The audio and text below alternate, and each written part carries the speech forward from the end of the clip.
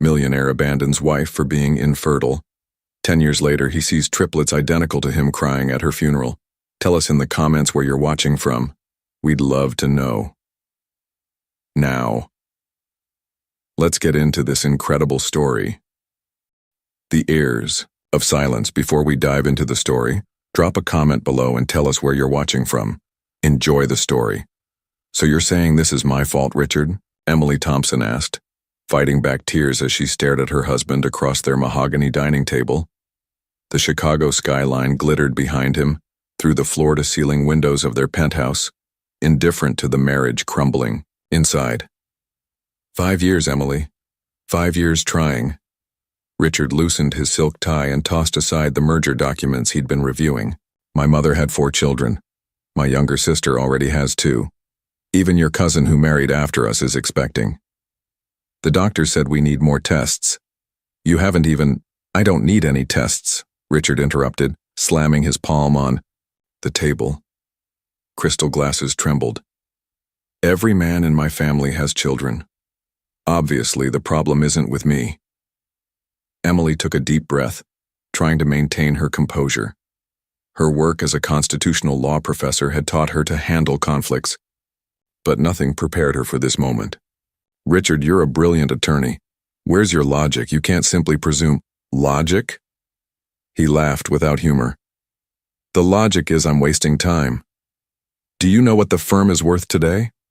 $50 million? And who am I going to leave it all to? So that's all this is? An heir for your empire? Emily's voice cracked. Richard stood, adjusting his Italian suit that cost more than 3 months of her university salary.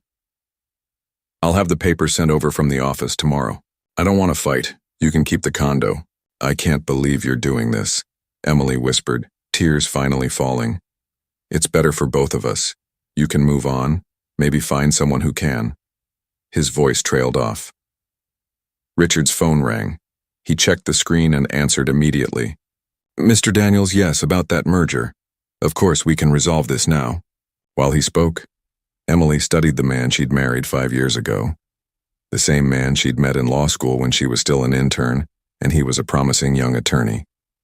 Now at 42, Richard Thompson was one of the most respected names in corporate law in Chicago.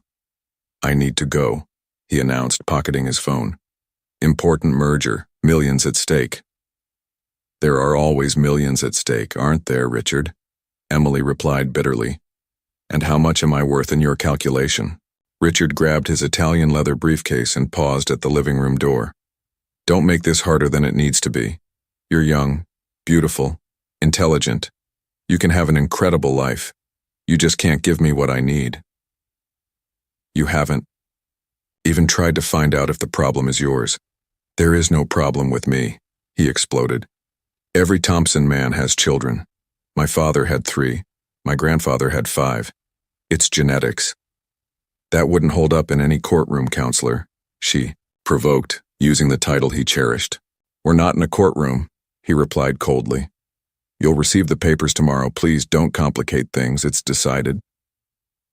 When the door closed, Emily remained alone in the luxury penthouse that suddenly felt too cold. On the wall their wedding photo showed 2 smiling young people, she in her simple dress, he already wearing a designer suit. Genetics, she whispered, wiping away tears. We'll see who's right, Mr. Richard Thompson. She rose and retrieved the card her gynecologist had given her at their last appointment. It was time to get all possible tests done, alone, and discover the truth her husband was so afraid to face. Emily's mind drifted back to 13 years earlier. The Yale Law Library smelled of old books and ambition. She was buried in constitutional law textbooks when a shadow fell across her table. Excuse me, is this seat taken? The tall man with confident blue eyes didn't wait for an answer before sitting down. I'm using the whole table, Emily responded, gesturing to her sprawled research. I'm Richard Thompson. I only need a corner. His smile had a practiced charm. I have a mock trial in an hour, and this is the quietest spot in the library. Reluctantly, Emily cleared a small space.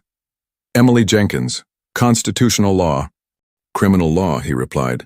3rd year, you? 2nd. teaching assistant for Professor Harrington. Richard raised an eyebrow, impressed. Harrington only takes the best. They worked in silence until Richard closed his laptop. You know, Emily? Jenkins, you're the first person who hasn't immediately asked about my family's law firm when hearing my name. Should I have? She asked, genuinely confused. He laughed, and for the first time it seemed unguarded. No, it's refreshing. That chance meeting led to coffee, which led to dinner.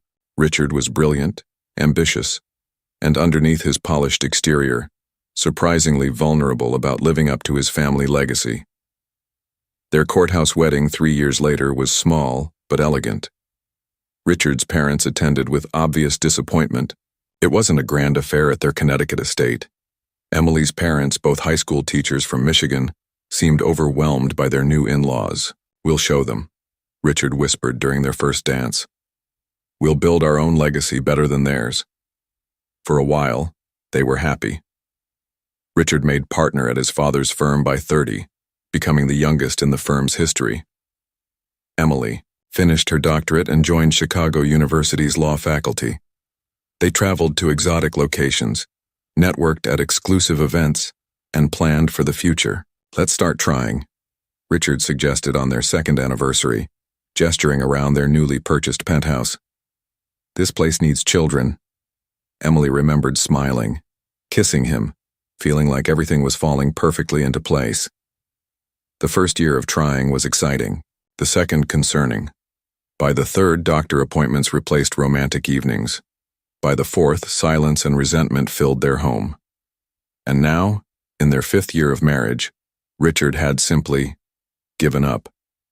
As Emily stared at their wedding photo, she realized something had been broken long before tonight. Richard's love had always been conditional, on success, on status, on her ability to give him an heir.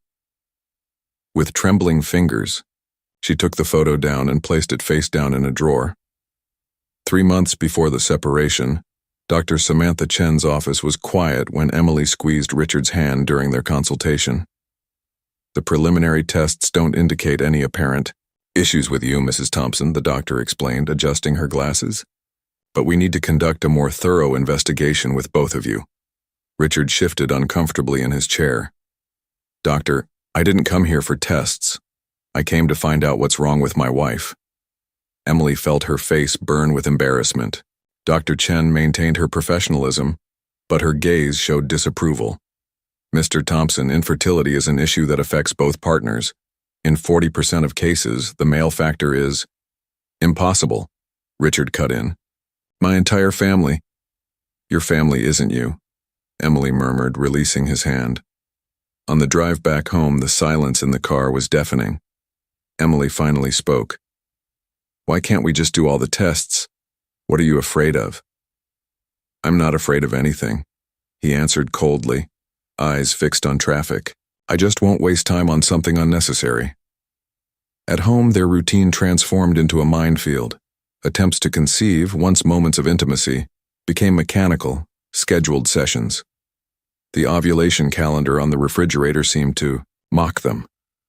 Now, as morning light filtered through the blinds, Emily sat at her vanity staring at the divorce papers that had been delivered by courier. Richard hadn't come home last night. His side of the closet was already half empty, suits and shirts removed with surgical precision. She reached for her phone and dialed her sister's number. Olivia, it's me. He's leaving. Yes. I need a lawyer. Tomorrow, she would begin fighting for herself, but today she would allow herself to grieve for the marriage she thought she had, for the children they never conceived, for the love that had withered under the weight of expectations. Mrs. Thompson, the receptionist called. Dr. Chen will see you now. Emily entered the consultation room alone. Her hands trembled slightly as she took the seat across from her gynecologist. No Mr. Thompson today? Dr. Chen asked, though her expression suggested she already knew the answer. We're separating, Emily replied, her voice steadier than she expected. But I still wanted to get my results. Dr. Chen nodded, opening a folder on her desk. I understand, and I have to say I'm glad you came back. She placed several documents in front of Emily, pointing to highlighted sections. Your test results are completely normal, Emily. There's no physiological reason you can't conceive. Emily stared at the papers, a mixture of vindication and grief washing over her. So I'm not. You're perfectly fertile, Dr. Chen confirmed gently. In fact, your hormone levels and egg reserves are excellent for your age. A tear slipped down Emily's cheek. He was so certain it was me. Without testing, Mr. Thompson, we can't determine definitively where the issue lies, Dr. Chen explained. But based on statistics and your results, there's a strong possibility the fertility issues are on his side. Emily nodded, absorbing this information that had come too late to save her marriage. What now? She asked quietly. Dr. Chen leaned forward. That depends on what you want, Emily. The divorce is proceeding? Yes, it'll be final in 3 months. Then I suggest you take this time to think about your future. You have options if you still want children. Emily left the clinic, clutching the folder to her chest like armor. In her car, she sat motionless, staring at her phone. Richard needed to know. But would it change anything? Or would his pride reject this evidence too? 3 weeks later, Emily found herself outside Richard's office building. She hadn't been here in months. Not since the firm's Christmas party where Richard had introduced her as the brilliant professor rather than his wife. A subtle distinction that had stung at the time but now seemed prophetic. His assistant's eyes widened at the sight of her. Mrs. Thompson, he's in a meeting. I'll wait, Emily replied, taking a seat in the reception area. An hour passed before Richard emerged from the conference room, laughing with 2 other attorneys. He froze when he saw her. Emily, what are you doing here? We need to talk, privately, in his corner office with its spectacular view of Lake Michigan. Richard stood behind his desk, maintaining distance between them. If this is about the settlement, it's not, Emily interrupted, placing the folder on his desk. These are my test results. Complete fertility workup. I'm perfectly capable of having children, Richard. He glanced at the folder without opening. And you came here to what, prove me wrong? I came here because I thought you deserved to know the truth, she replied. The problem was never me. Richard's expression hardened. So now I'm the problem. That's not what Did you expect me to beg you to come back? Fall to my knees in remorse? Emily shook her head, suddenly seeing her husband, soon-to-be ex-husband, with painful clarity. No, I don't expect anything from you anymore. As she turned to leave, Richard called after her. The divorce papers. Have you signed them? Emily paused at the door. Yes, your empire is safe. But you should know, Richard, your legacy isn't. 2 months later, the divorce was final. Emily sat in her attorney's office, signing the last documents. He was quite generous with the settlement, her lawyer noted. Emily nodded. Guilt money, she thought. Or perhaps, knowing Richard, a way to ensure her silence about his potential infertility. What will you do now, Emily? Her attorney asked. She thought of the apartment she'd leased near the university, the department chair position she'd been offered, and the appointment she'd scheduled at the fertility clinic. I'm going to live on my terms, she answered, and write my own story. Professor Jenkins, your next class starts in 15 minutes. Emily looked up from her desk, momentarily disoriented. After 6 months, she still sometimes forgot she had reclaimed her maiden name. Thank you, Amanda. I'll be right there. She gathered her lecture notes on constitutional law and straightened the nameplate on her desk. Professor Emily Jenkins, Ph.D., Department Chair. The promotion had come as a surprise, though her colleagues insisted it was long overdue. Her office at Chicago University was smaller than the home study she'd shared with Richard, but it was entirely hers, filled with books she loved, awards she'd earned, and not a single reminder of her former life. Well, almost none. The copy of her divorce decree remained locked in her desk drawer, a reminder of both an ending and a beginning. Her phone buzzed with a text from Olivia. Dinner tonight? Got big news. Emily smiled. Yes, your place at 7? I'll bring wine. The campus was alive with spring energy as Emily crossed the quad toward her classroom. Students lounged on the grass. Professors hurried between buildings and tour groups followed guides with practiced enthusiasm. Professor Jenkins, a young woman, waved from a bench. Jessica Martinez, one of her most promising students now in her final year. Your article on gender bias in family court was cited in my internship yesterday, Jessica said excitedly. Judge Wilson mentioned you specifically. Emily felt a flush of professional pride. That's wonderful, Jessica. How's the internship going? Amazing, I'm learning so much. Actually, I wanted to ask. She hesitated. Would you write me a recommendation for Harper & Williams? They're accepting applications for their associate program. Of course, they'd be lucky to have you. Later, as Emily lectured on privacy rights and bodily autonomy, she caught herself touching her abdomen in a gesture that had become unconscious since her appointment at Lakeside Fertility Clinic 3 weeks ago. The court's decision establishes that reproductive choices fall within the constitutional right to privacy, she explained to the RAP students. This has profound implications for how we understand autonomy over our own bodies. The irony wasn't lost on her.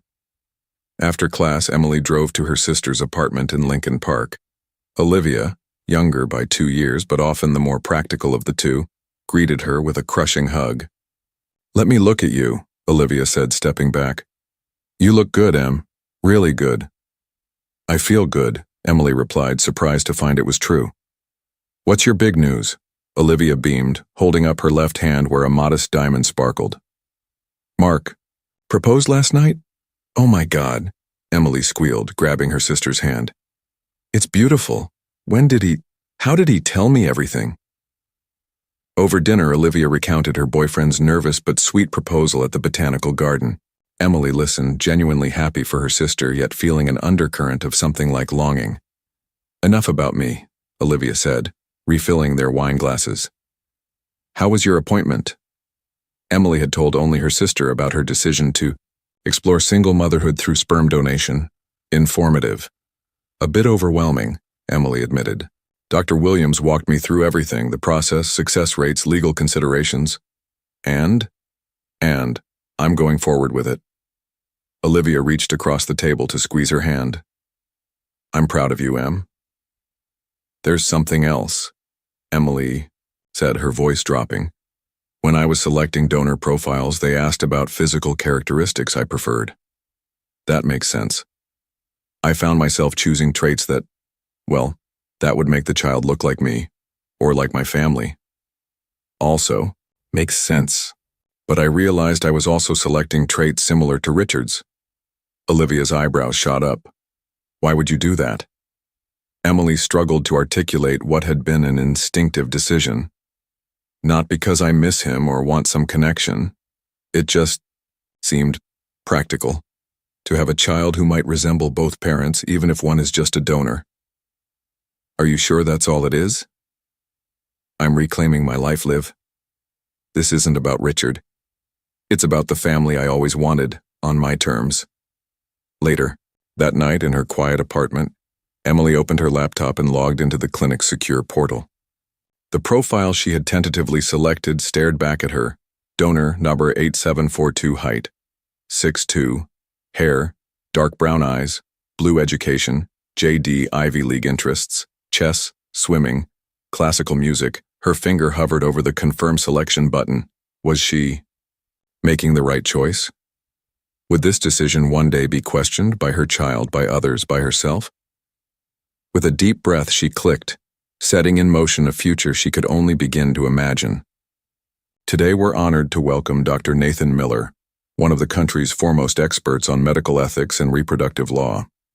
Dean Harrison's introduction echoed through the packed university auditorium. Emily sat in the second row, surrounded by colleagues from the law faculty. As chair of the department, she'd been instrumental in arranging this distinguished lecture series, though she hadn't expected to find the first speaker quite so compelling. Dr. Miller approached the podium with quiet confidence. Tall with salt and pepper hair and kind eyes behind modern glasses, he appeared to be in his early 40s. His reputation preceded him. Harvard Medical School, Johns Hopkins Fellowship, landmark publications on patient autonomy. "Thank you for that generous introduction," he began with a warm smile. "I'm delighted to be at Chicago University to discuss the ethical frontiers of reproductive medicine." Emily found herself leaning forward slightly, notepad ready, but momentarily forgotten. "The technology that allows us to create life outside the womb has advanced faster than our legal and ethical frameworks," Dr. Miller continued.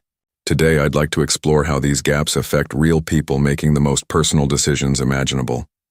For the next hour, he spoke eloquently about the intersection of law, medicine, and human dignity.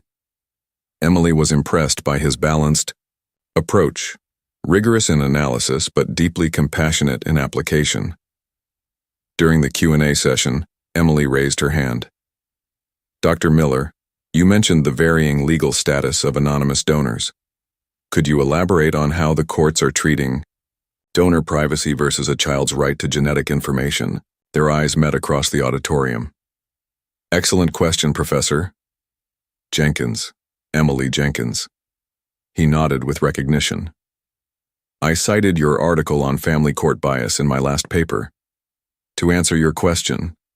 His thoughtful response sparked a brief exchange that continued after the lecture ended, as faculty and guests gathered for a reception in the law building's atrium. "Professor Jenkins," Dr. Miller approached holding 2 glasses of wine. "I hoped we might continue our discussion." She accepted the glass with a smile. "Please, call me Emily." "Nathan," he offered in return. "Your question touched on something I've been researching for my next book, the evolving definition of parenthood in an age where genetics, gestation, and child-rearing might involve different individuals." Their conversation flowed easily from legal precedents to ethical dilemmas, from theoretical frameworks to practical implications. Emily found herself sharing more than she'd intended about her courses and research, drawn in by his genuine interest and insightful comments. "I should mention I'm in Chicago for a month as a visiting scholar at Northwestern," Nathan said as the reception wound down.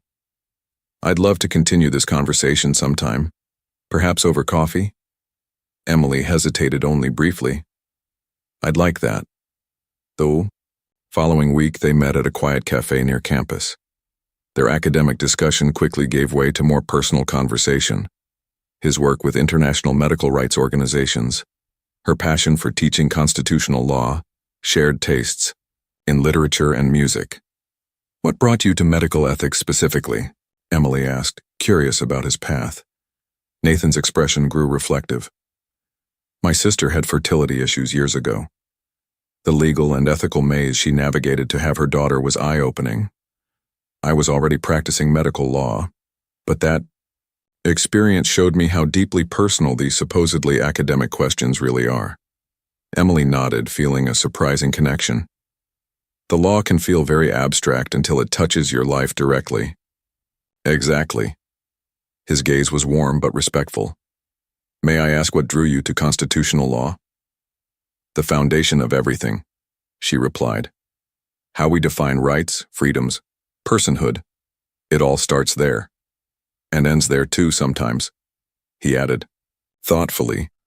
As they parted ways later, Nathan hesitated.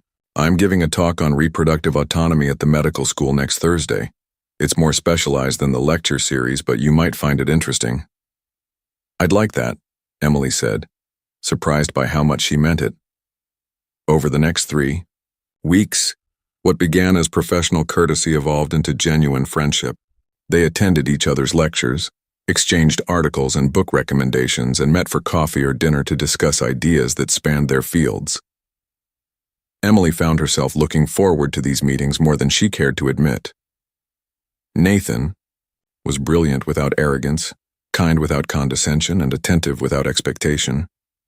Qualities she'd forgotten could exist in combination. On a rainy Tuesday, they took shelter in the university's glass-domed conservatory after a campus-wide power outage canceled his guest lecture. "Nature's way of forcing academics to take a break," Nathan joked as they walked among tropical plants. I have a confession, Emily said suddenly. I've been thinking about something you said in your first lecture, about reproductive choices, reflecting our deepest values. Oh? His expression was open, encouraging. I'm considering having a child through artificial insemination, she said quietly. As a single mother. She hadn't planned to share this with anyone but Olivia, yet the words came easily with Nathan. He nodded thoughtfully. That's a significant decision. I've always wanted children, Emily continued. My ex-husband and I tried for years without success. After the divorce, I discovered the fertility issues weren't on my side, and now you're reclaiming that dream on your own terms, Nathan said with understanding. Does that seem selfish? Bringing a child into the world without a father? I think what's selfish is imposing our narrow definitions of family on others, he replied. Children need love, stability, and support. There are many ways to provide that. Emily felt something tight in her chest loosen. I've already selected a donor. I have an appointment at Lakeside Fertility next week to begin the process. Lakeside has an excellent reputation, Nathan nodded. Dr. Williams is a leader in the field.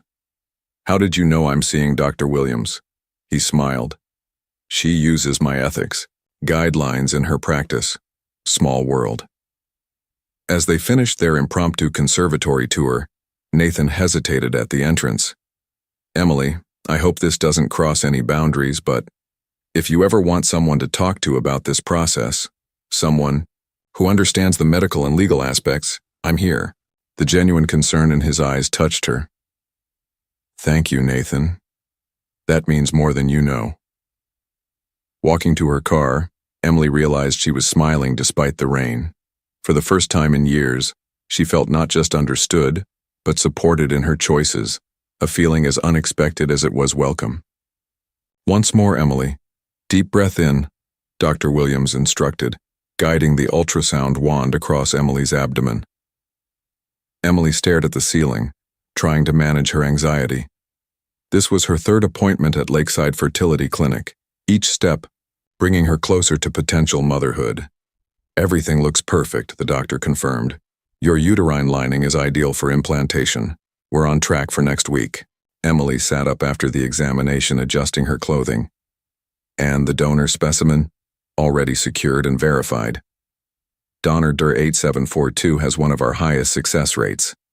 In the privacy of Dr. Williams' office, Emily reviewed the final paperwork. Pages of consent forms, legal documents protecting the donor's anonymity, and acknowledgments of her rights and responsibilities as a single mother by choice. Any final questions before we schedule the procedure? Dr. Williams asked. Emily hesitated. Is it normal to feel terrified? The doctor smiled warmly. Completely normal. Every parent-to-be feels that way, whether they're doing this alone with a partner or through traditional means.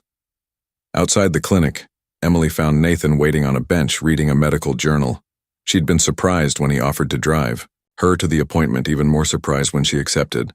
How did it go? He asked, closing his journal. Good. We're set for next week. Emily sat beside him, suddenly overwhelmed. This is really happening. He nodded, his presence steady and reassuring. Second thoughts? Not about having a child, she clarified. Just the magnitude of it all. That never goes away, from what I've observed, Nathan said. My sister says parenthood is constantly realizing you're in over your head, then somehow finding your footing anyway. Emily laughed. That's comforting, I think. Let me buy you lunch, he suggested. Celebrate this milestone. At a nearby cafe, Emily found herself sharing details she'd kept private even from Olivia. I've been reading everything I can find on solo parenting, she admitted. Building support networks, financial planning, how to answer the inevitable, questions from a child about their origins. You're already being a thoughtful mother, Nathan observed. Emily stirred her tea absently. I've also been thinking about what to tell people, colleagues, students, acquaintances. There will be assumptions, judgments, about your choice to become a single mother, that, and about the donor. I selected someone with certain characteristics. Nathan waited, allowing her space to continue. He has physical traits similar to my ex-husband, Emily finally said. Not because I have lingering feelings, but because I thought it might be easier for the child if there were no obvious questions about their appearance.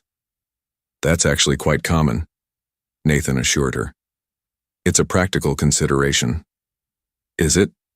Sometimes I wonder if I'm still letting Richard dictate my choices. Nathan considered this thoughtfully. There's a difference between being influenced by our past and being controlled by it. This sounds like a decision you've made with your child's future in mind. Emily felt a weight lift from her shoulders. Thank you for understanding. And for being here. I'm glad to be, he replied simply. That evening, Emily called Olivia with an update. Next week. I can't believe my big sister is really doing this, Olivia exclaimed. Do you want me to come with you? Actually, Nathan offered to drive me. A pointed silence followed. What? Emily asked. Nathan, huh? The ethics professor who's been taking you to lunch and walking you to your car and just happening to be available whenever you need someone? It's not like that, Emily protested. He's knowledgeable about the process. It's helpful to have someone who understands. Olivia hummed skeptically. And the fact that he's handsome, intelligent, and clearly interested in you is just a coincidence. We're not, Emily fumbled. This isn't the time for anything like that. I'm about to try to become a mother. Life doesn't always wait for the perfect timing, Em.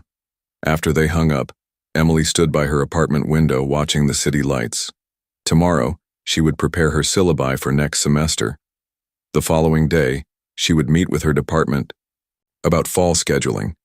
And next week she would take the first step toward motherhood. With or without Richard's genetic contribution, with or without a partner, this child would be hers. Her choice, her love, her legacy.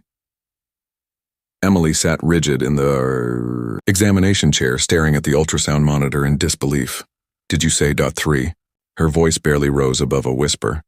Dr. Williams nodded, moving the wand slightly to showcase 3 distinct dark circles on the screen. 3 separate gestational sacs. Congratulations, Emily. You're carrying triplets. The room seemed to tilt slightly. 6 weeks ago, the insemination procedure had gone smoothly. 2 weeks later, a positive pregnancy test had left her elated but cautious. Now at her 8-week checkup, this unexpected development had changed everything. Triplets, Emily repeated, the word foreign on her tongue. But how? I mean, I know how, but it's unusual with artificial insemination, but not unheard of, Dr. Williams explained. The fertility medications can increase the chance of multiple eggs being released and fertilized. In your case, 3 eggs successfully implanted. Emily stared at the screen, at the 3 tiny lives growing inside her.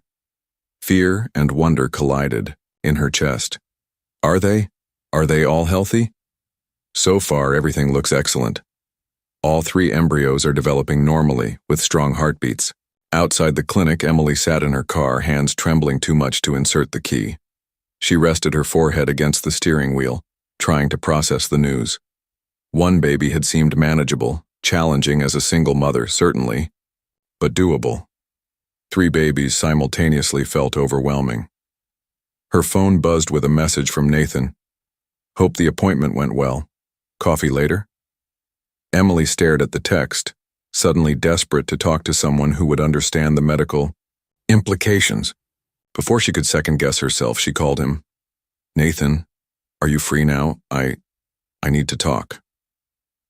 An hour later, they sat in a quiet corner of the university botanical garden, away from curious colleagues and students. Triplets, Nathan said, processing the news. That's wow. I know, Emily agreed, still dazed. I kept asking Dr. Williams if she was sure. How are you feeling about it? Emily sighed, grateful for his straightforward question. Terrified, excited, overwhelmed. I prepared for 1 baby, financially, emotionally, logistically. But 3? It's a lot to take in, he acknowledged. But if anyone can handle this, it's you, Emily. She gave him a skeptical look. You can't possibly know that. Actually, I can, he said confidently. I've seen how methodical you are in your research, how deeply you care about your students, how thoroughly you prepare for everything. Those qualities make for an excellent mother, whether of one child or three. Tears welled unexpectedly in Emily's eyes. Thank you for that. I needed to hear it. Have you told anyone else yet? Just you, she admitted. I'll call Olivia tonight. And I need to inform my department chair about adjusting my maternity leave plans. As they walked through the garden, Emily found her panic gradually subsiding, replaced by a strange calm. 3 babies. 3 times the love, 3 times the chaos, 3 times the wonder. When I was selecting the donor, she said quietly, I never imagined this outcome. 1 child with features that might blend mine and the donor's characteristics seemed manageable. 3 children who might all strongly resemble their genetic father seems more complicated? Nathan suggested. Yes.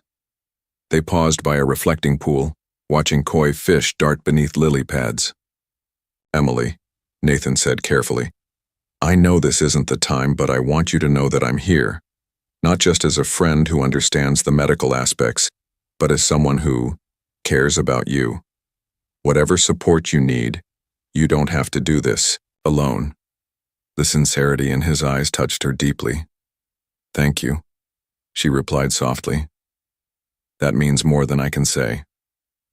That evening, after sharing the news with a jubilant Olivia, I'm going to be an aunt 3 times over, Emily sat on her balcony cradling a cup of herbal tea, one hand resting on her still flat abdomen. Hello in there, she whispered. This isn't what any of us planned, but we'll figure it out together. As the city lights blinked to life around her, Emily felt something she hadn't expected, a sense of rightness, of pieces falling into place. Whatever challenges lay ahead, these 3 unexpected lives were already hers to love, protect, and guide. Richard Thompson, with his empire and desperate need for an heir, would never know what he had lost. Push, Emily. You're almost there, Dr. Williams encouraged from behind her surgical mask. Emily, drenched in sweat and utterly exhausted after hours of labor, gripped the sides of the hospital bed and summoned her last reserves of strength. The delivery room buzzed with activity, nurses monitoring 3 separate sets of vital signs, pediatric specialists standing by, Nathan holding her hand despite her nearly crushing his fingers. I see the head, Dr. Williams announced. One more big push. With a primal cry, Emily bore down. Seconds later, a high-pitched wail filled the room. It's a boy, Dr. Williams declared, quickly passing the tiny infant to a waiting nurse. No time to rest, baby number 2 is coming. 4 minutes later, a second cry joined the first. Another boy, and 3 minutes after that, and a girl. You did it, Emily. Through tears of exhaustion and joy, Emily watched as 3 tiny humans, each weighing barely 5 pounds, were quickly assessed, swaddled, and finally miraculously placed in her arms one by one. Alexander, she whispered to the firstborn, who gazed up with unfocused eyes. Benjamin, to the second, who was already sleeping. Charlotte, to the third, whose tiny fingers curled reflexively around Emily's thumb. Nathan stood beside the bed, his eyes suspiciously bright. They're perfect, Emily, all 3 of them. Later, in a private room filled with flowers from colleagues and 3 bassinets arranged in a semicircle, Emily's parents and Olivia crowded around, marveling at the triplets. They look just like you did as a baby, her mother insisted. Though, Emily could already see hints of the donor's contributions. The shape of Alexander's ears, Benjamin's chin, Charlotte's brow. 3 at once, her father kept repeating, both proud and dazed. My sensible plan everything daughter ended up with instant triplets. Nothing sensible about it, Emily laughed tiredly. But everything right? Nathan appeared in the doorway, with coffee for the adults and a stuffed animal for each baby. Over the past 6 months, he had become Emily's rock, accompanying her to appointments, helping assemble nursery furniture, even attending childbirth classes as her partner, despite the curious glances from other couples. The nursing staff is asking about the birth certificates, he said quietly to Emily. They need the full names. Emily looked at her 3 sleeping miracles. Alexander James Jenkins, she decided. Benjamin Thomas Jenkins. Charlotte Olivia Jenkins. Her sister gasped at the middle name. Really?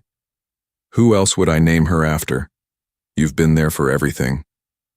After her family departed, promising to return the next day to help her settle at home, Emily found herself alone with Nathan and the triplets. I never properly thanked you, she said softly, for everything these past months. Nathan smiled, gently rocking Benjamin's bassinet when he stirred. No thanks needed. It's been my privilege to be part of this journey. Emily watched him with the babies, his natural ease both surprising and touching. Most men would have run screaming at the prospect of befriending a pregnant woman with triplets on the way. I'm not most men, he replied simply. The moment stretched between them, full of unspoken possibility. Then Charlotte began to fuss, and the practical needs of newborns took precedence over adult emotions. 6 weeks later, Emily sat in her living room surrounded by baby paraphernalia, attempting to grade papers while all 3 infants miraculously napped at once. The doorbell's chime sent her diving for the mute button on the baby monitor. Nathan stood on her doorstep with groceries and a takeout bag that smelled heavenly. Thought you might appreciate dinner that requires neither cooking nor cleaning, he said, surveying her disheveled appearance with a smile that held nothing but warmth. You are a lifesaver, Emily declared, ushering him in. They just fell asleep, all 3 at the same time, which basically makes this the equivalent of a solar eclipse in terms of rarity. As they ate on the couch amid burp cloths and tiny socks, Emily felt a wave of gratitude so intense it brought tears to her eyes. What is it? Nathan asked, concerned. This isn't how I imagined my life would be, she admitted. But somehow it's better than anything I could have planned. Before Nathan could respond, Alexander's cry came through the monitor, soon joined by his siblings in a chorus that Emily was learning to distinguish by pitch and urgency. Duty calls, she sighed, rising. Our dinner will wait, Nathan assured, her already heading toward the nursery beside her. Our dinner, Emily thought. Our evening. Perhaps someday our family. Mom! Alexander took my dinosaur again. Did not. I had it first. Both of you stop or T-Rex goes in timeout. Emily called from the kitchen where she was attempting to pack 3 separate lunchboxes, while Charlotte sat quietly at the table, meticulously coloring within the lines of her drawing. 5 years had passed in what felt like both an eternity and the blink of an eye. The triplets, now kindergartners, had grown from helpless infants into distinct little people, with personalities as different as their identical birthdays. Alexander, born first and perpetually aware of his 2-minute seniority, was thoughtful and methodical. Benjamin was all energy and curiosity, constantly in motion. Charlotte, the surprise 3rd triplet, combined her brother's traits with a fierce independence and artistic flair that was entirely her own. Everyone has 10 minutes to finish getting ready for school, Emily announced, glancing at her watch. Nathan will be here any minute to drive us. As if summoned by her words, the doorbell rang. Charlotte abandoned her coloring and raced to the door, her brothers close behind. Daddy! 3 voices chorused as Nathan entered, immediately enveloped in small arms. Emily smiled at the scene, remembering the gradual evolution of their relationship. Nathan's consistent presence during her pregnancy had blossomed into something deeper during those early sleepless months with newborns. His proposal had come when the triplets were 8 months old. Simple, sincere, and perfectly timed during a rare moment of peace when all 3 babies were asleep.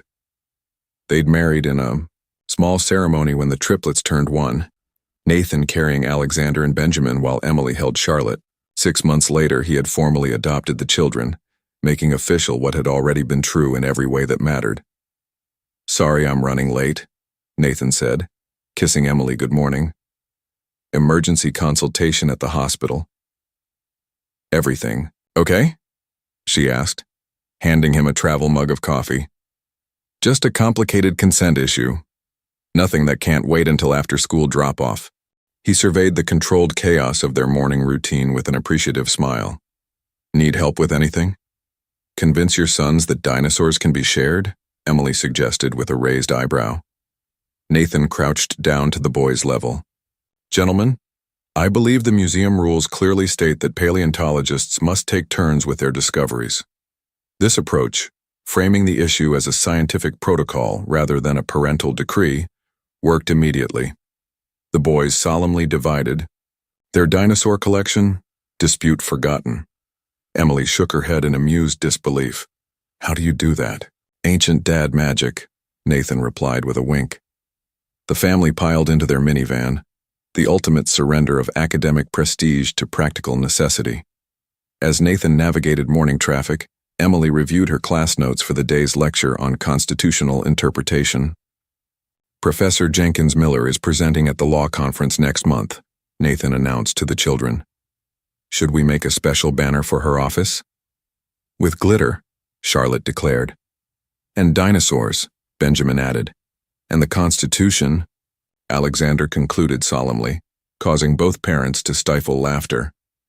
After drop-off at the university's prestigious lab school, a perk of Emily's tenured position, she and Nathan walked together toward their respective buildings. Any updates on the Thompson case? Emily asked. Nathan's expertise in medical ethics had recently drawn him into a high-profile case involving reproductive rights that had been making headlines. Final arguments next week. I'm cautiously optimistic, he replied. Speaking of Thompson, he hesitated. I saw in the legal journal that Richard Thompson just won a major merger case. Apparently his firm is now valued at close to $100 million. Emily nodded, the name registering as little more than a footnote from her past life. Good for him. Nathan studied her face.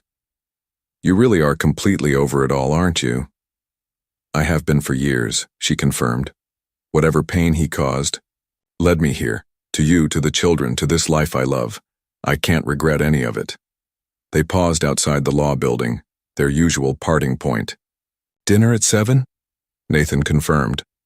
My mother sent another package of clothes for the kids. Apparently, Connecticut grandmothers believe Chicago children need 17 sweaters each. Better than my mother's approach, 3 identical toys that immediately cause ownership disputes, Emily laughed. Nathan kissed her goodbye and Emily watched him walk toward the medical school, feeling the familiar wave of gratitude for this man who had chosen to love not just her, but her children, as his own. Later that afternoon, Emily was reviewing student papers in her office when a photo on her desk caught her eye, the triplets at the beach last summer, their faces alight with joy. Alexander's serious expression had momentarily given way to uninhibited laughter. Benjamin was mid-leap into a wave. Charlotte was building an elaborate sand castle. For a brief, disconcerting moment, Emily saw something in Alexander's profile that reminded her startlingly of Richard. The shape of his jaw, the set of his eyes, genetic echoes she usually managed to overlook in the daily rush of life. The children bore her surname legally, with Nathan's added after their adoption.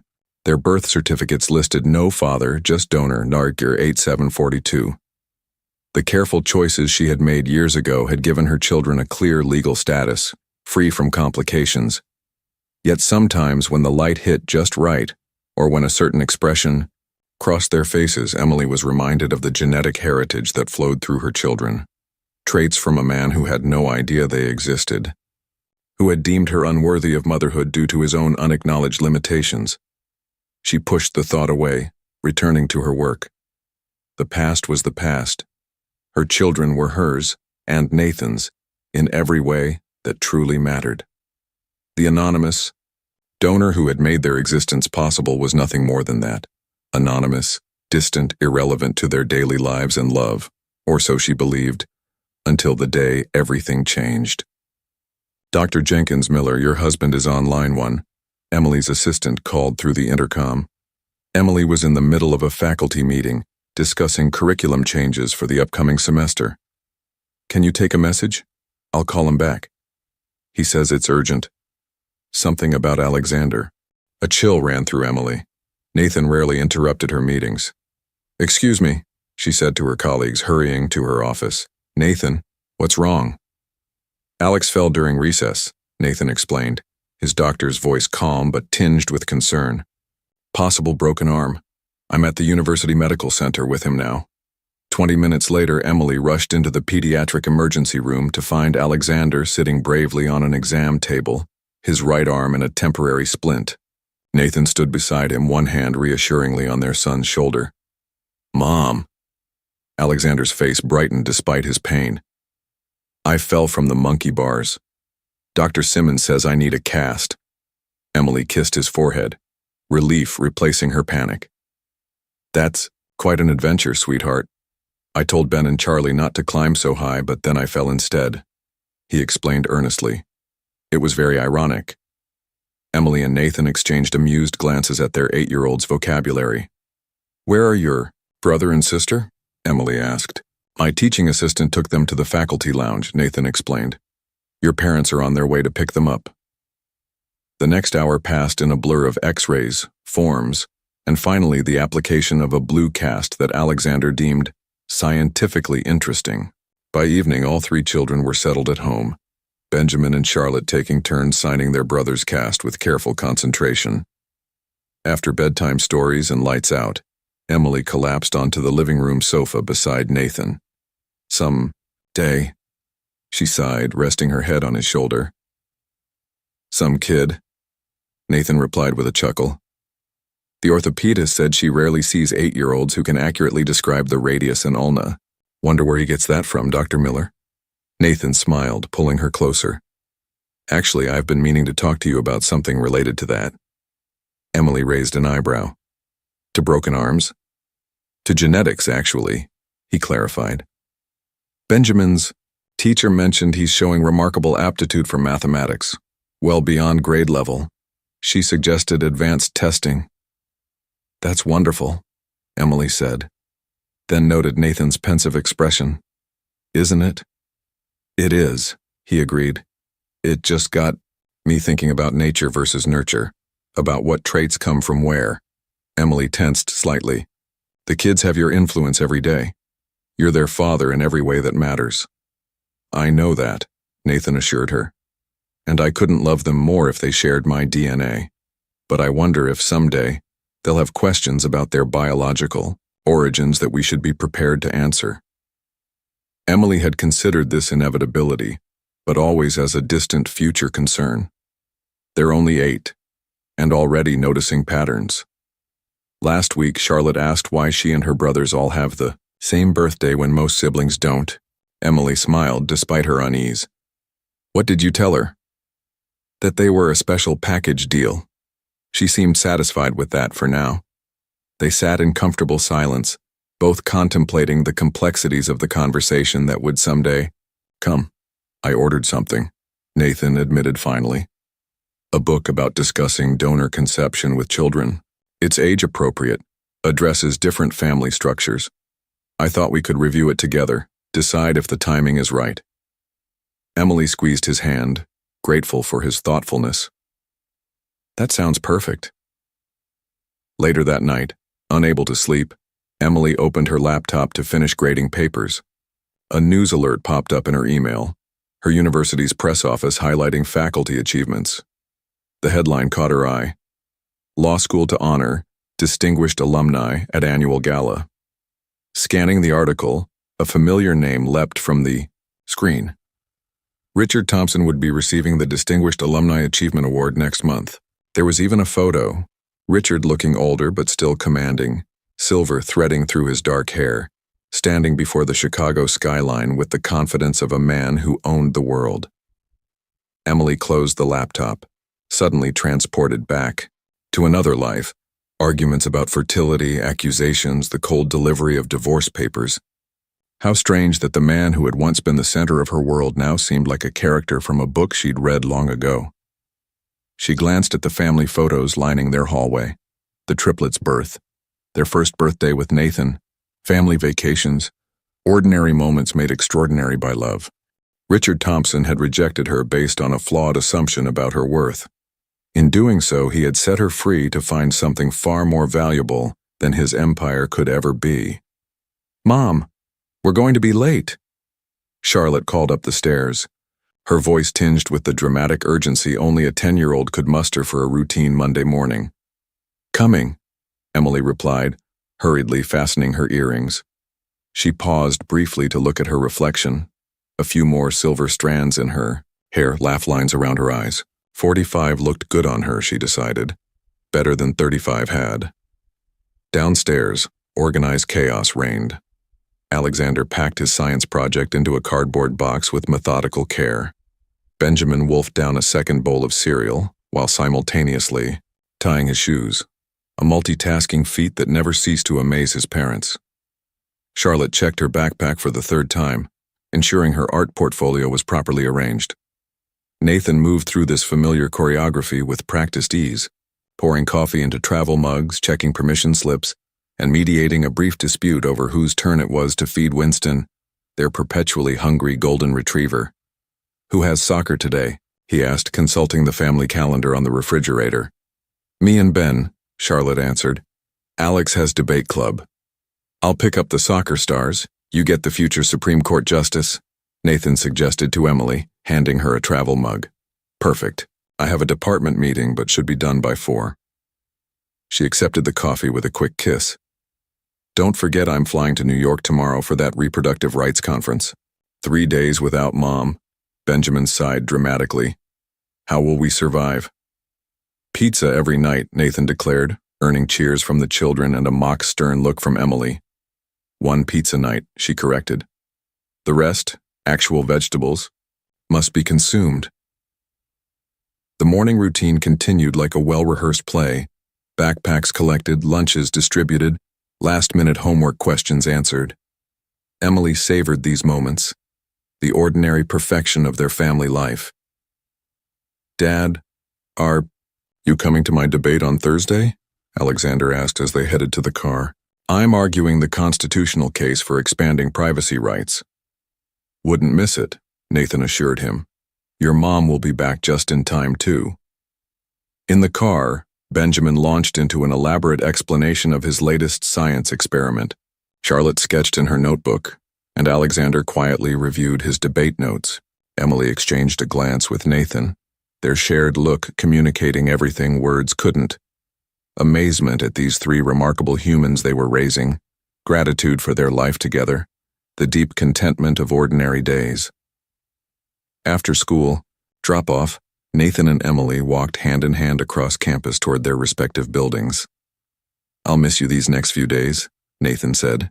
"The kids too, though they'll pretend to enjoy the break from vegetable enforcement." Emily laughed. 3 days will fly by. I've left detailed instructions on the kitchen counter, color-coded by child." "Of course you have," he teased. As if, "We haven't been doing this dance for a decade." They paused at their usual parting point. "I love you," Emily said, suddenly feeling an inexplicable urge to say the words out loud. "I love you too," Nathan replied, his expression softening. I'm dead in New York." Her day unfolded with comfortable predictability. Lectures, student consultations, faculty meetings. By late afternoon, she was reviewing her presentation for the New York conference when her phone rang. "Hi, Mom," she answered, seeing her mother's name on the screen. "Just checking your flight details for tomorrow," her mother said. "Dad and I thought we might drop by tonight with those books Alexander wanted." "That would be lovely," Emily replied. "We should be home by 6. Nathan's making his famous lasagna." "Perfect. See you then, dear." After ending the call, Emily glanced at the family photo on her desk. Last summer's vacation in Maine, all 5 of them windblown and laughing on a rocky beach. Her heart swelled with a sudden, fierce love. How had she gotten so lucky? She quickly sent a text to Nathan. "Can't wait for lasagna night. Tell the kids I'm bringing surprise cookies from that bakery they love." His reply came seconds later. "Now who's undermining the vegetable agenda? See you at home, love." Emily smiled, packed her presentation materials, and headed out of her office, unaware that this ordinary, perfect day would be her last. Nathan was in the middle of a lecture when his phone vibrated urgently in his pocket. He ignored it at first, a habit from years of medical practice, but when it buzzed a second and third time in rapid succession, A sense of unease prompted him to glance at the screen. 3 missed calls from an unknown New York number. "Excuse me," he told his student, stepping into the hallway. The phone rang again immediately. Dr. Miller speaking. "Dr. Miller, this is Officer Rodriguez with the NYPD. I'm calling about your wife, Emily Jenkins Miller." The world seemed to tilt on its axis as Nathan listened to the officer's measured voice explaining the unthinkable. A taxi Emily had been riding in from the airport had been struck by a delivery truck that ran a red light. The impact had been catastrophic. "She's being transported to Manhattan General," the officer continued. "The paramedics suggested you should come as soon as possible." Nathan's medical training took over, suppressing the rising panic. "How severe are her injuries? Is she conscious?" A slight hesitation. "Sir, I think you should speak with the hospital directly. They'll have more information." Within minutes, Nathan had arranged emergency coverage for his classes and was on the phone with the hospital's trauma department. The attending physician's grave tone confirmed his worst fears. "Dr. Miller, your wife sustained massive internal injuries and severe head trauma. We're doing everything possible, but you should prepare yourself. If you can get here—" "I'm booking a flight now," Nathan interrupted, already pulling up airlines on his laptop. "Please just keep her alive until I get there." The next call was the hardest, to Emily's parents, who had just seen their daughter the night before, who had hugged her goodbye and said, "See you in 3 days, dear." "John, it's Nathan. Something's happened to Emily. I need you to pick up the children from school." How did one prepare children for such news? Nathan's mind raced as he threw clothes into a suitcase. Should he tell them before leaving? Wait until he knew more. His years of delivering difficult medical news to patients offered no guidance for telling 3 10-year-olds that their mother might not come home. In the end, time made the decision for him. His flight was departing in 90 minutes. Emily's parents arrived at the house, ashen-faced but resolute. "We'll keep them home from school tomorrow," John said, his voice breaking. "Call us the moment you know anything." "Don't tell them yet," Nathan pleaded. "Not until I can be with them, or until we know for certain." The flight to New York was the longest 2 hours of Nathan's life. He alternated between frantic prayers and clinical calculations of survival rates for multi-system trauma. His medical knowledge, usually a comfort, now tortured him with precise understanding of what Emily might be enduring. When his phone rang immediately after landing, he knew before answering. "Dr. Miller? This is Dr. Patel at Manhattan General. I'm so sorry, but your wife succumbed to her injuries 15 minutes ago. We did everything possible, but the trauma was too extensive." Nathan sank into an airport chair, his legs no longer able to support him. "Was she in pain? At the end?" "No," the doctor assured him. "She never regained consciousness after the accident." The next 24 hours passed in a blur of medical forms, funeral arrangements, and the surreal task of packing Emily's conference materials from a hotel room she had never reached. Nathan moved through it all with mechanical detachment, postponing his own grief until the most pressing decisions were made. Then came the moment he had been dreading above all others. Sitting in Emily's parents' living room, surrounded by her childhood photos, Nathan gathered the triplets close. "I need to tell you something very difficult," he began, his doctor's composure finally crumbling. "There was an accident in New York. Mom was hurt very badly." "But doctors fixed her, right?" Benjamin asked, his voice small. Nathan shook his head, tears flowing freely now. "No, buddy. The doctors tried everything, but Mom's injuries were too severe. She died yesterday afternoon." The children's reactions cut him to the core. Alexander's stunned silence, Benjamin's immediate denial, Charlotte's heartbreaking wail. As he gathered all 3 into his arms, their small bodies shaking with incomprehensible grief, Nathan made a silent promise to Emily. "I will protect them. I will love them enough for both of us. Always." Richard Thompson adjusted his tie in the car mirror before stepping out into the spring sunshine. He hadn't planned to attend the funeral.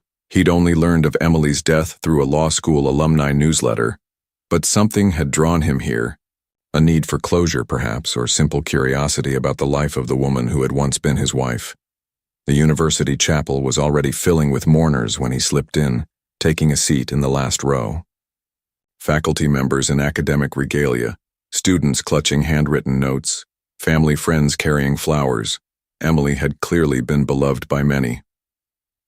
In the 15 years since their divorce, Richard had thought of her occasionally, usually when something reminded him of their law school days or when he heard her name mentioned in academic circles. He had followed her career from a distance, noting her publications and promotions with detached interest. His own life had taken the trajectory he'd planned. He'd built Thompson Legal into a powerhouse firm valued at over $100 million. His marriage to Judge Vanessa Parker had lasted 6 years before ending in another childless divorce. At 57, Richard had everything he'd worked for, except the one thing he'd originally divorced Emily to acquire: an heir. The irony wasn't lost on him. Medical tests years after their split had confirmed what Emily had suggested. The fertility issue had indeed been his. But pride and momentum had kept him from ever acknowledging this to her, and eventually it seemed too late for such admissions. The organ music shifted, signaling the start of the service.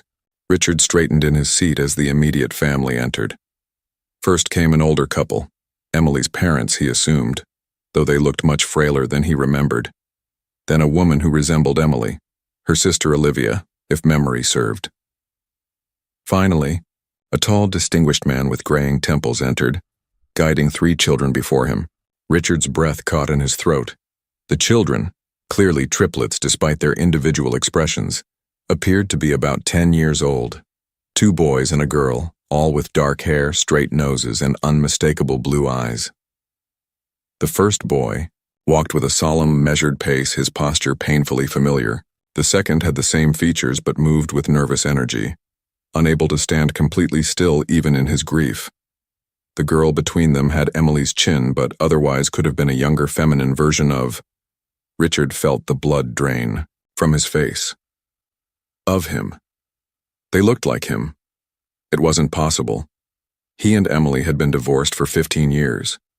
These children couldn't be more than 10 or 11, and yet, as they turned to sit in the front pew, the profile of the first boy was so strikingly similar to his childhood photos that Richard felt physically struck.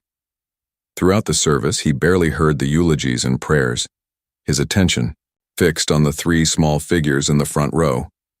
The man beside them, Dr. Nathan Miller, according to the program, kept a protective arm around the children, occasionally wiping tears from his own eyes or comforting one of the triplets when their composure broke. Emily Jenkins Miller leaves behind her husband, Dr. Nathan Miller, and their beloved children, Alexander, Benjamin, and Charlotte. The minister intoned. Jenkins Miller.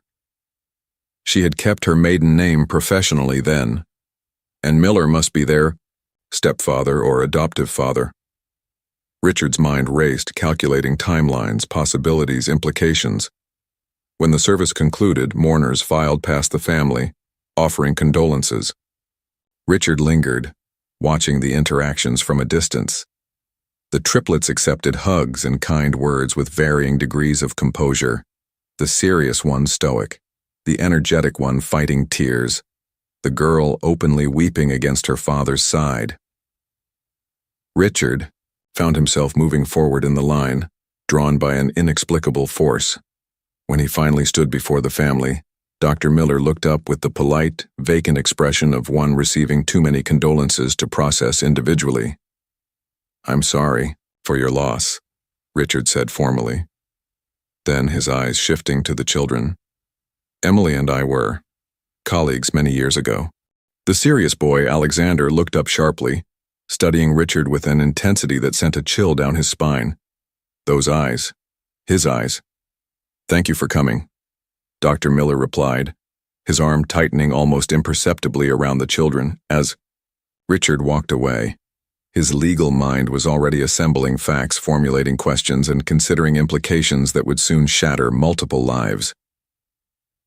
3 days after the funeral, Nathan sat at the kitchen table sorting through condolence cards while the children slept upstairs. The house felt impossibly quiet without Emily's presence. No gentle humming as she worked, no keyboard tapping late into the night, No soft footsteps checking on the children. The doorbell rang, startling him from his grief. At 9 p.m. it was too late for the well-meaning neighbors who had been dropping off casseroles and too early for the occasional college student confusing their address with the fraternity down the street. Nathan opened the door to find a distinguished older man in an expensive suit, flanked by two younger men carrying briefcases. "Dr. Miller?" The older man asked. "I'm Richard Thompson. These are my associates. We need to speak with you about a matter of some urgency." Nathan's body went cold with recognition. Emily had described her ex-husband many times. His commanding presence, his authoritative tone, his absolute certainty in his own rightness. But it was the man's eyes that confirmed his identity, the same striking blue that Alexander and Benjamin had inherited. "This isn't a good time," Nathan said firmly. "My children are asleep." "That's precisely what we need to discuss," Thompson replied. "Your children, or rather whether they are in fact yours." Nathan stepped onto the porch, pulling the door closed behind him. "Whatever you think you know, this isn't the way to address it. My family is grieving." "I understand that," Thompson said, his tone softening slightly. "But certain facts have come to my attention that cannot wait. The striking resemblance between those children and myself is not coincidental. I think you should leave." "Dr. Miller, I've consulted with experts in reproductive and family law. The timing aligns perfectly. Emily and I divorced 15 years ago. Within months, she underwent artificial insemination. The triplets were born approximately 9 months later. They have my eyes, my features. They have Emily's smile, her compassion, her intelligence," Nathan interrupted. "And they have my name, legally and lovingly given." Thompson's expression hardened. "I suspect she used stored genetic material from our marriage or somehow obtained a sample to deliberately create children with my DNA without my knowledge or consent." Nathan maintained his composure with effort. "You rejected Emily based on the false assumption she couldn't bear children. You never even considered your own role in your fertility issues." A flicker of discomfort crossed Thompson's face before he recovered. "That's irrelevant to the current situation. If those children are biologically mine, they're not," Nathan stated firmly. "Biologically, they are Emily's children, conceived through an anonymous donor. Legally and emotionally, they are our children, Emily's and mine." One of the younger attorneys stepped forward. "Dr. Miller, we're prepared to petition the court for DNA testing. Mr. Thompson has rights that—" "Rights?" Nathan's voice remained controlled but intense. "Where were these rights when Emily needed support during pregnancy? During midnight feedings? During homework struggles and nightmares and chicken pox? Where were they during a decade of birthday, parties, school plays, and everyday moments that constitute actual parenting? Legal rights exist regardless of presence," the attorney persisted. "Come to my office tomorrow at 10 a.m., Nathan said, surprising all three men. "University Medical Center, Department of Medical Ethics. Bring your legal team if you wish." Thompson's eyebrows rose. "You're willing to discuss terms?" "I'm willing to end this conversation before it wakes my grieving children. Tomorrow, in a professional setting, I'll provide what you need to understand the situation fully." After they departed, Nathan leaned against the closed door, heart racing. For years, he and Emily had prepared for this remote possibility. Legal, documentation meticulously maintained, adoption paperwork bulletproof, the children's legal status secured in multiple ways. Tomorrow would test whether their precautions had been sufficient. Upstairs, he checked on each sleeping child. Alexander curled around a book, Benjamin sprawled across his bed, Charlotte clutching the stuffed otter Emily had given her. Nathan's resolve solidified with each small, peaceful face. These were his children, Emily's children. No matter what genetic material had contributed to their existence, no legal claim could change the fundamental truth of who they were and who had earned the right to be called their parent. Richard Thompson might have wealth, legal expertise, and potential biological connections, but Nathan had something far more valuable: years of real fatherhood and Emily's complete trust in his ability to protect their family. Richard arrived at Nathan's office flanked by 3 attorneys. their briefcases bulging with legal documents. The medical ethics department's conference room offered a neutral ground for what promised to be a contentious meeting. Nathan sat alone at the table, a single manila folder before him. No legal representation, no show of force, just calm certainty. "Dr. Miller," Richard began, "I appreciate your willingness to meet. My attorneys have prepared." "Before we proceed," Nathan interrupted gently, "I'd like you to look at something." He opened the folder and pushed a document across the table. It was a certified copy of a donor agreement from Lakeside Fertility Clinic, dated 15 years earlier. "What am I looking at?" Richard asked. "Emily selected donor Ndarger 8742 from Lakeside's anonymous donor program," Nathan explained. "This donor signed comprehensive legal agreements relinquishing all parental rights and maintaining complete anonymity in perpetuity." Richard scanned the document. "This proves nothing about the donor's identity." Nathan slid forward another paper, a birth certificate listing Emily Jenkins as mother, father listed as anonymous donor. "The children's legal status has never been in question," Nathan continued. "Furthermore, I legally adopted them when they were 1 year old with all proper procedures followed. The children are legally mine in every way that matters." "DNA doesn't lie," one of Richard's attorneys interjected. "If Mr. Thompson is their biological father." "He's not," Nathan stated firmly. Donor Ndarger 8742 was selected from Lakeside's database for specific characteristics. Emily chose a donor with traits similar to her ex-husband's physical appearance. This is common practice for single mothers. It reduces questions about the children's appearance. Richard stared at the documentation, his certainty wavering. "You expect me to believe this is all coincidence? The timing, the resemblance." "Not coincidence. Deliberate selection of traits," Nathan corrected.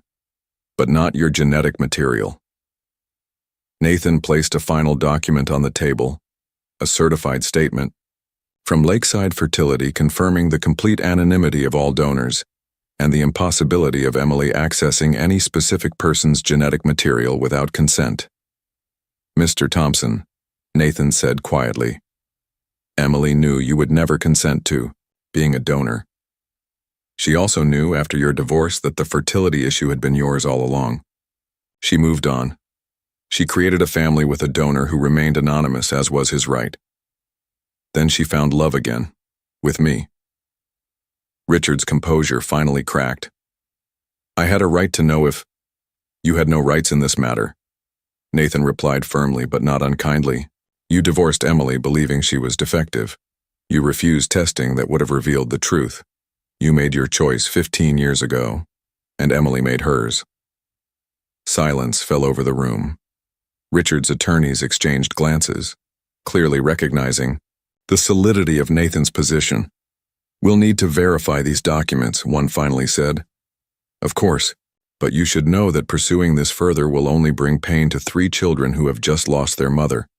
It will not change the legal outcome." After the lawyers excused themselves to confer in the hallway, Richard remained seated, staring at the birth certificates. "I saw myself in them," he said softly. "You saw what Emily chose. Traits similar to yours from an anonymous donor. Nothing more." Richard looked up, his expression uncharacteristically vulnerable. "I was wrong. About Emily. About many things." Nathan nodded, neither condemning nor absolving. "The children," Richard asked hesitantly. "Are they, well?" "They're extraordinary," Nathan answered. "Emily made sure of that." When Richard left Nathan's office, something fundamental had changed within him.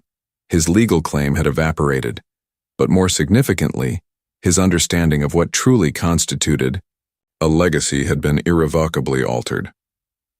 3 weeks later, Nathan received formal notification that Thompson had withdrawn all inquiries regarding the children. Accompanying this was a letter addressed to the Miller Children's Education Trust and documentation of a $45 million endowment, nearly half of Thompson's fortune, with the stipulation that the children never be informed of its source. In his penthouse that night, Richard finalized arrangements to sell his remaining holdings. Within days, he would depart for a remote property in Alaska, leaving behind the empire he had once valued above all else. As he packed a single photo, Emily on their wedding day, smiling with hope that had later been crushed by his pride, Richard finally acknowledged the truth he had spent decades avoiding. His greatest failure had not been his inability to father children, but his inability to recognize what true fatherhood meant.